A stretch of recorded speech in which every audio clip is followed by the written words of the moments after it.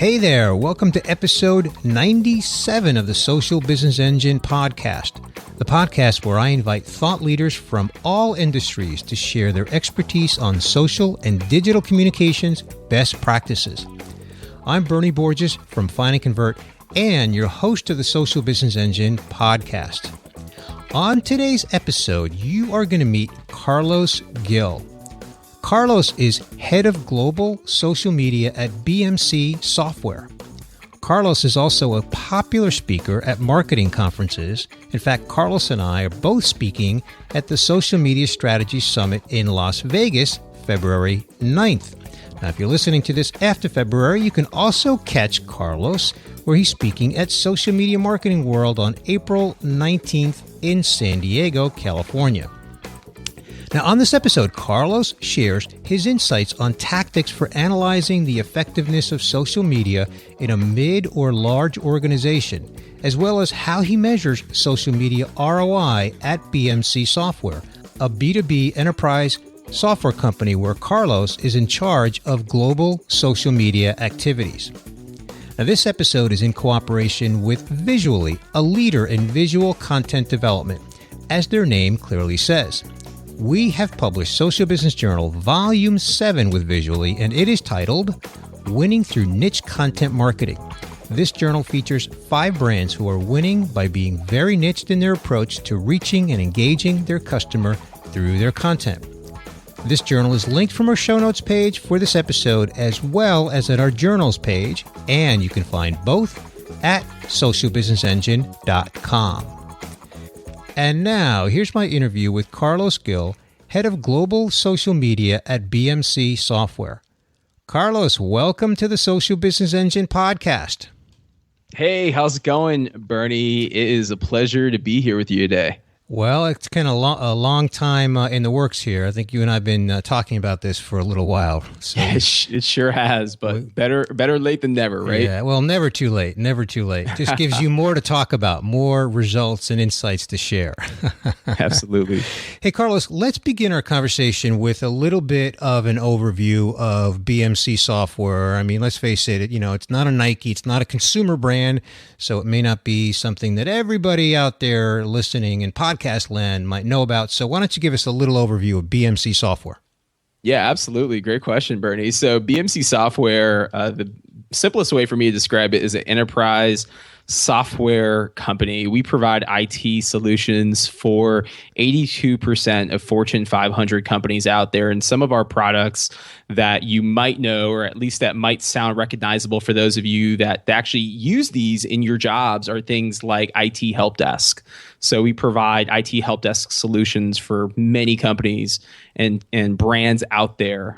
We also provide IT solutions for HR, so HR help desk. Those would probably be the most recognizable for anyone out there that wants to know, what does a company like BMC offer? Oftentimes you use our technology. It's just white labeled and you might not necessarily know that it's coming from BMC. Right. So it's in the background. Okay, get it. Terrific. So let's talk about how you use social at BMC Software, but specifically, I want to start our conversation with how do you justify to the stakeholders at BMC that as a brand, as a B2B tech-oriented brand, especially one where, maybe the brand is in the background, like you just said in your explanation, how do you justify to stakeholders that you need to have an active presence on social media? Yeah, great question, Bernie. So I've been doing this for a while, as you know, and BMC is actually the 4th brand that I've had a chance to work for in a very similar role and capacity, leading social.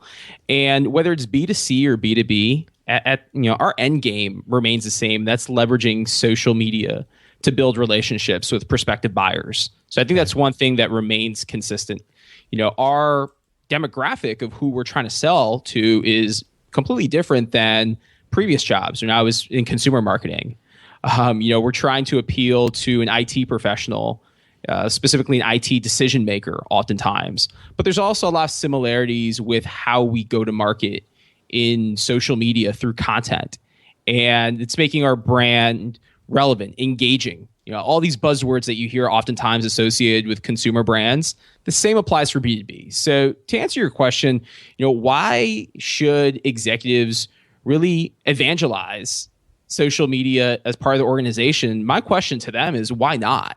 So social media, as you know, it's really become an extension of your traditional advertising mediums. And quite frankly, you're able to show an ROI today a lot easier than in years past with how social is driving the needle for your business. And that's something that I know that you plan on talking about here in this episode, and especially how it relates to analytics and so forth. But I've always had this belief of pushing back and asking executives, why not? Why would you not want to have a presence on social when your competitors are, and you can very easily see how they're using it? All right, so you're right. I do want to talk about ROI and analytics, but not just yet, because I want to just drill down a little bit more on this whole concept of convincing the stakeholders. Because to me, the stakeholders are not just the executives, but it's the employees. How many employees are at BMC Software?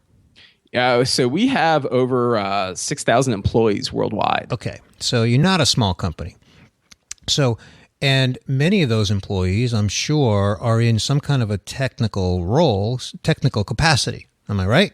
Correct. Okay, so how do you convince those people to either watch what you're doing and care what you're doing, or engage with what you're doing on social? Yeah, so there always has to be an end game, and there has to be a purpose, not only from a marketing standpoint, how you engage prospects or existing customers on social, but internally as well. And we have a employee advocacy program that we launched a few months ago, in fact. And when you talk about just internally justifying the why for employees, there has to be something in it for them. And you see this again with breaking down at BMC specifically, how does social media benefit its employee base? And you have departments like sales, for example, that they see great benefit in social media helping them generate leads, generate prospects. Sure. You have other departments like HR that the benefit for them in terms of BMC having a social presence is being able to attract more talent. Mm-hmm. So internally, it's all depending on who you ask is how they're going to go ahead and see the value.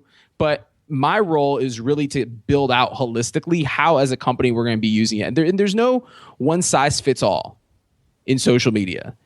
As a leader within an organization, you have to make it not only easy for your stakeholders to use the mediums, but you also have to make it easy for them to understand what that value is. Mm-hmm. So like I just said before, you really have to take the silos within the organization and break it out and specifically state, this is how social media benefits sales. This is how it benefits HR. This is how it benefits marketing, PR, and so forth. And let's also not discount that BMC, our executives, our C-suite, they're actively involved on social media as well. Okay. So that's another subset that often gets overlooked is getting your executives who are really the face of your organization, getting them up to speed in social media and what's the benefit for them. So for anyone listening to this who's in a very similar role or thinking through how do I sell this to my organization, my advice to you is look at how social benefits your entire company holistically and then break it out by departments and segment the benefits per department. Right. So it's audience segmentation, like you said. Define the benefits for each department and how it's going to benefit them specifically. I love the examples of sales and HR, and we've done on this podcast, we've done dedicated episodes on both sales and HR. We had folks from Cisco on here talking about how they do social recruiting. So I get it. That's an awesome use case, and I love the fact that you're able to speak to that, Carlos, at BMC Software as one of the audiences that you're attracting and that they embrace it. Fantastic. So let's talk about then, you mentioned ROI, that I want to go there, but what I'd like to do is I would like to discuss it in the context of the buyer's journey. Because in any B2B company, the buyer's journey is relatively complex, and in many cases, and I would think is probably the case for you at BMC Software, it can span weeks to months to quarters to maybe even years in some cases for big deals. So how have you, and I realize that it's probably a journey, no pun intended about the buyer's journey, but how's that, coming along on your strategy and mapping your social strategy to the buyer's journey?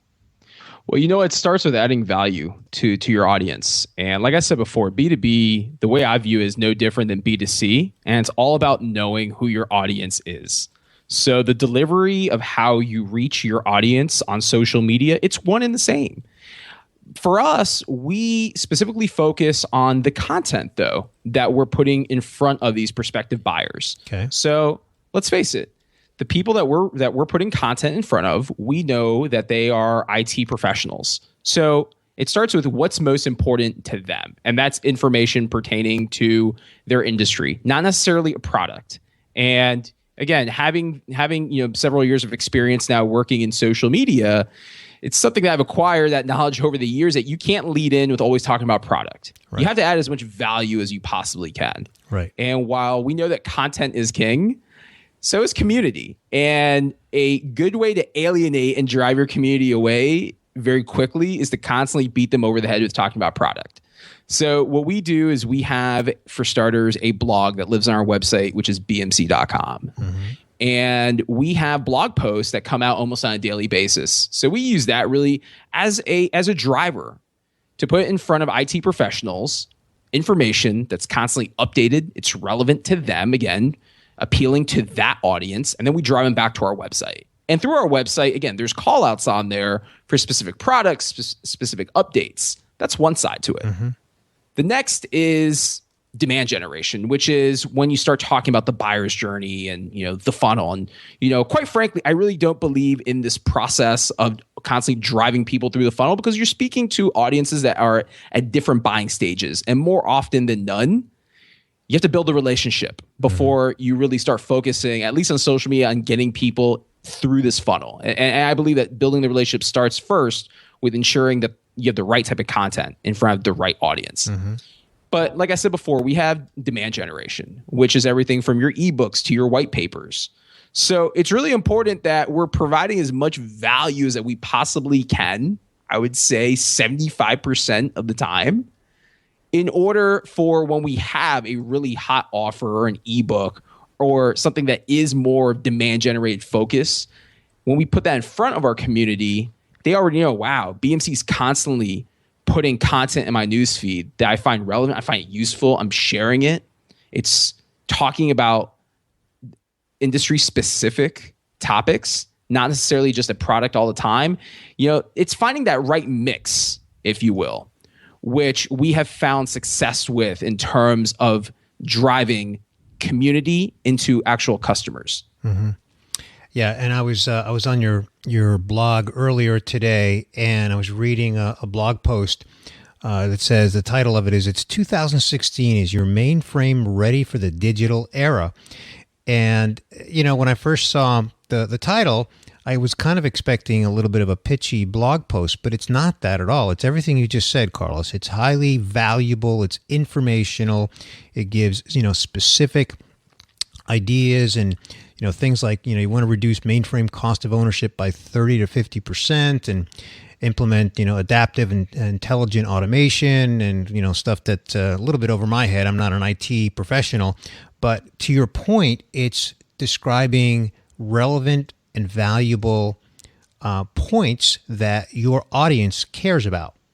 And then if they want to know more, obviously it's on your web properties, so there's all kinds of opportunities for them to click around and get to other places where maybe there's an exchange of a name for, name and email address for a piece of content.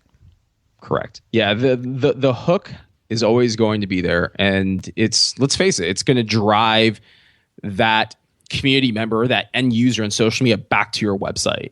And then the challenge for us as marketers is, how do we keep people engaged on our website? How do we get them to click on the right banners or the right links? But again, it starts with putting out the right hook, the right offer on social.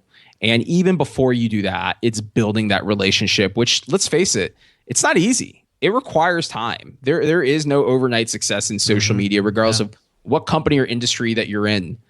Just having a presence on Twitter or Facebook or LinkedIn, that's not going to get customers or prospects to convert. It's actually nurturing them, and over time, you build that relationship, and then you get them really through the funnel. Yep. Absolutely. Okay. So you mentioned you've been talking about content. Do you want to elaborate a little bit on the content formats that you've seen success with? You mentioned ebooks and white papers, and, given the IT-centric audience that BMC Software is reaching, what kind of content strategies have you seen be effective? Yeah, I mentioned it before. So we have a mix of demand and just pure awareness plays. And what we have seen works best is when we spotlight industry relevant topics or topics that provide as much high level education. So I'll give you an example. One of our awareness pieces is understanding the difference between ITSM and ITIL, so IT service management. And it's topics like that which provide at very high level education for any IT professional out there, whether they do business with BMC or not. Mm-hmm. But it's how we actually put that content out on social media through engaging images, through videos. We've recently started incorporating things like Vine and GIFs into our marketing. Again, it's taking what works best in consumer marketing from what I've seen in the past and introducing that to more of your traditional B2B audience that's helping us see the most success. And the way that we're measuring that success, I know you want to talk about ROI, so I don't want to spill the beans yet. No, let's go there. But yeah, the way that we're measuring that success is twofold. For one, our end game is to drive leads, right? As a social media marketer, we have to be driving leads that generate dollars and cents for an organization. Otherwise, we're just putting out content that has no value. Right.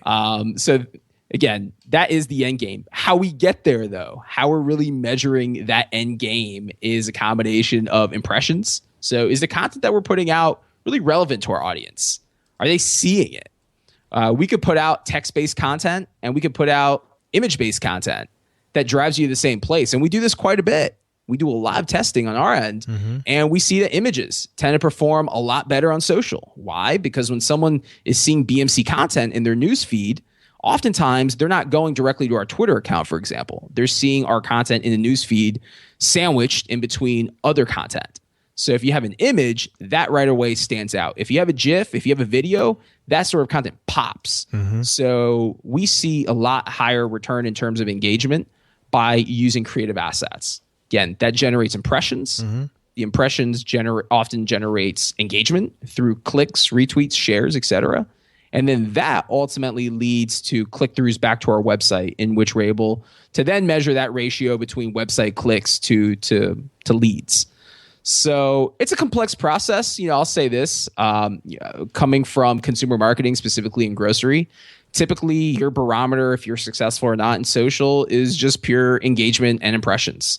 And what's cool about working in B2B is that you actually have to go several steps further to see if you are being effective in your marketing, because the buck doesn't just stop at impressions.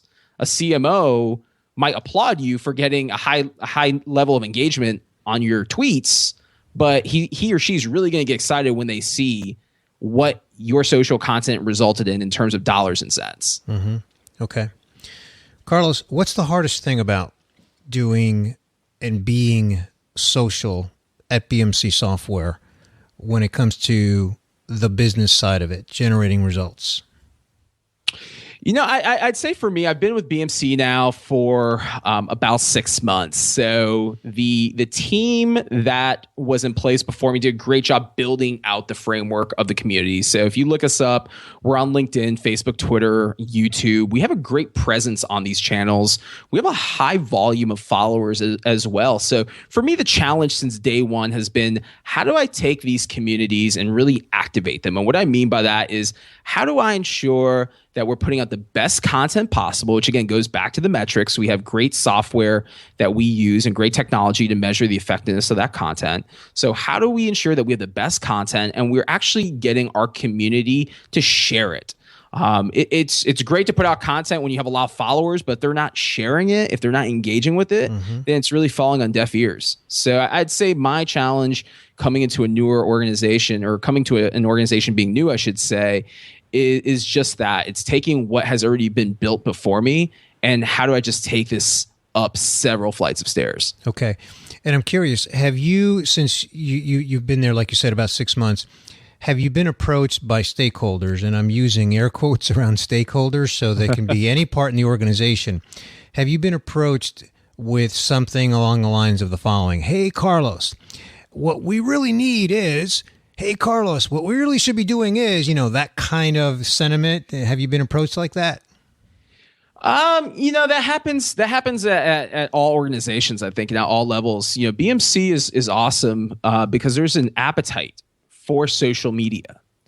And it's unique because I can't say that about everywhere where I've worked in the past. And that's not, a negative knock on anyone. It's just stating a fact. And BMC has an appetite. And what I mean by that is everyone from our C-suite on down, for the most part, has a social presence. They get it.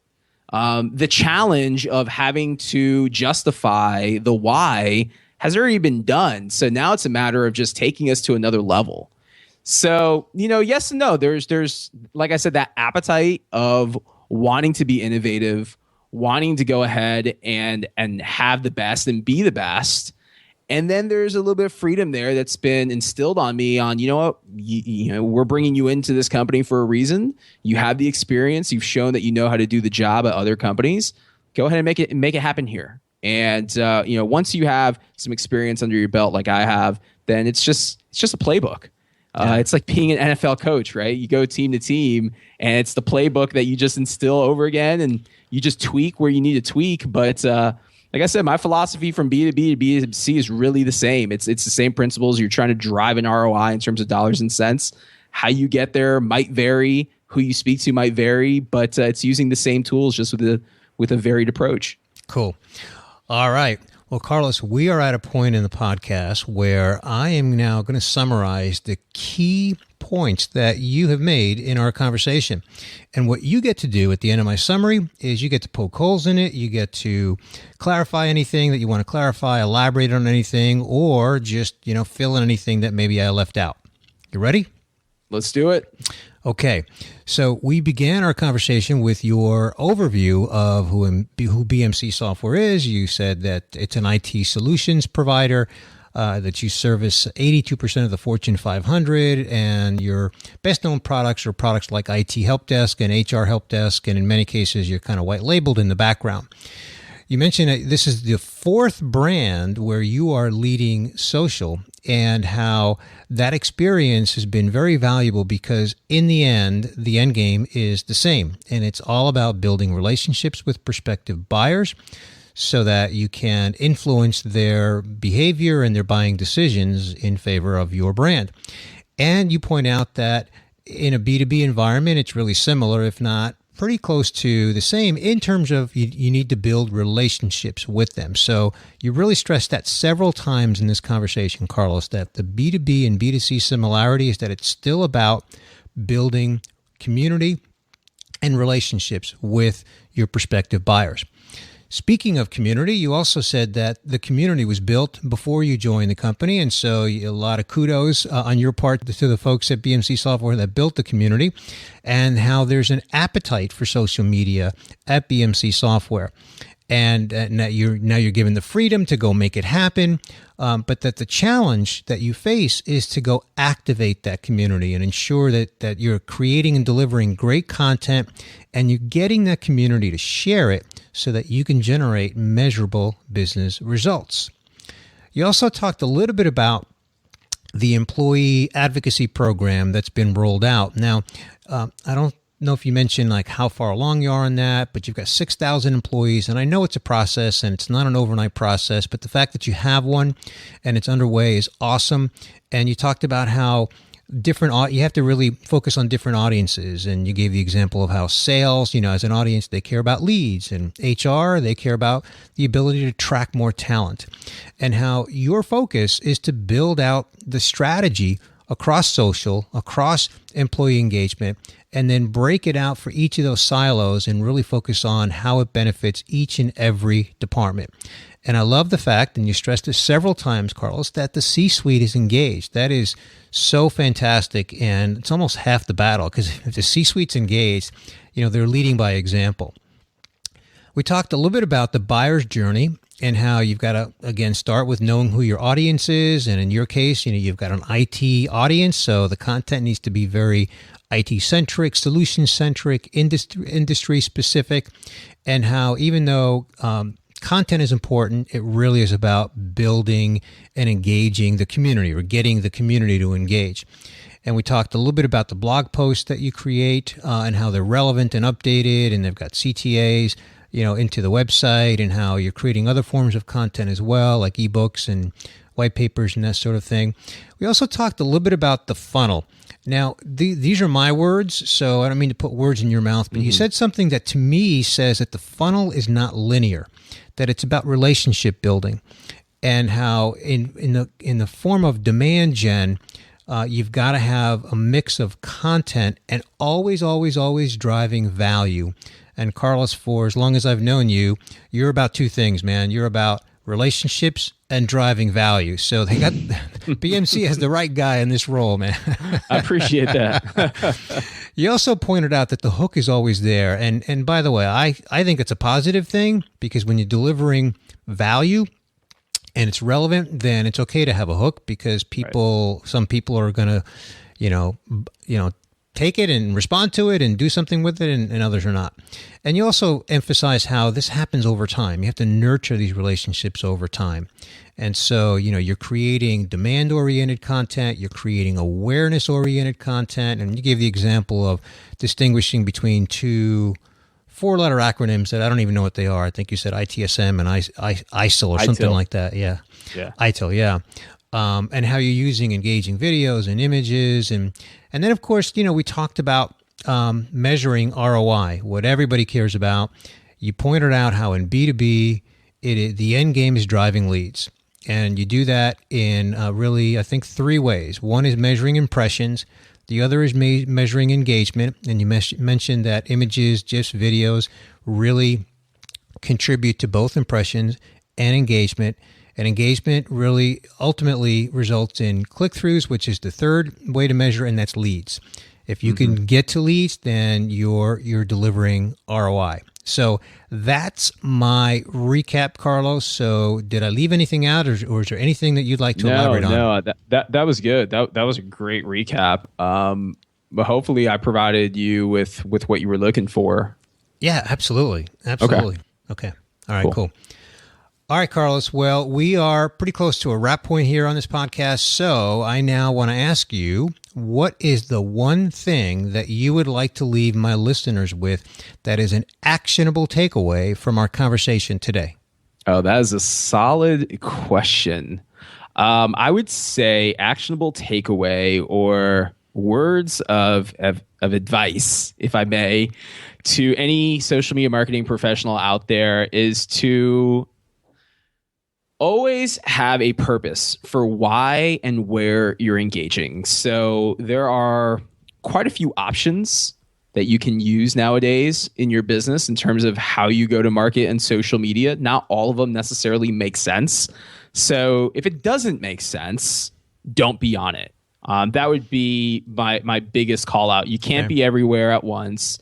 And if you try to be everywhere, you certainly can't be effective on every platform. So for any marketer out there, whether B2C or B2B, focus on really crushing it and hitting a home run on the 2 or 3 platforms where you can get the biggest return on engagement. And most importantly, where you know that your audience is engaging, and really go after it hard on those platforms. And I would just say that would be my biggest advice for any marketer out there that's looking to leverage social. That's great. That's awesome. I totally agree, because it seems like on a weekly basis, there's something new, some new shiny object in social. And so many people jump on it. And like you said, you've got to be where your audience is and focus on that. So great advice. Well, Carlos, where would you like to send people to learn more about you and anything we discussed today? Yeah, absolutely. Well, first, make sure that you check out bmc.com. You can also follow BMC on Twitter at BMC Software. We are also on Facebook as well as LinkedIn. And if you want to connect with me personally, you can also find me on LinkedIn as well as on Twitter at CarlosGill83. And I'm on Facebook as well. So this has been great. Thank you so much for your time today, Bernie. Well, hey, that's my role. I'm supposed to thank you. Thanks for having me on the show. Yeah, no, man. Thank you. Thank you for being here and sharing your insights with everything that you're doing at BMC Software. It's been awesome. Thank you so much, Carlos. Thanks, Bernie. All right. Well, before we sign off, I want to remind everyone that this episode was recorded in cooperation with Visually, a leader in visual content development, as their name clearly says. And we have published Social Business Journal Volume 7 with Visually, and it is titled Winning Through Niche Content Marketing. And this journal is linked from our show notes page for this episode, as well as at our journals page, and both, of course, are at our website at socialbusinessengine.com. If you are subscribed by email to get our weekly podcast updates that we send every Friday, then this journal has already hit your inbox, so go look for it. And if you're not subscribed to our weekly updates by email and you'd like to be, just hit our subscribe page at socialbusinessengine.com. And hey, if you're a regular listener to the Social Business Engine podcast, thank you. I really appreciate your time.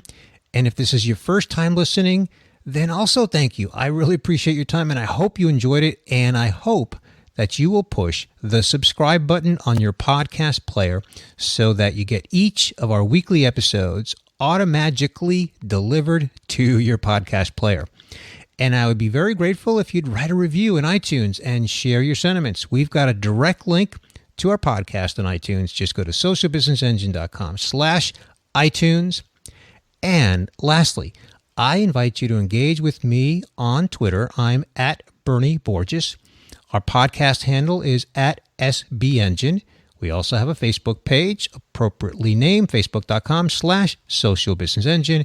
And our hashtag is SBE Show.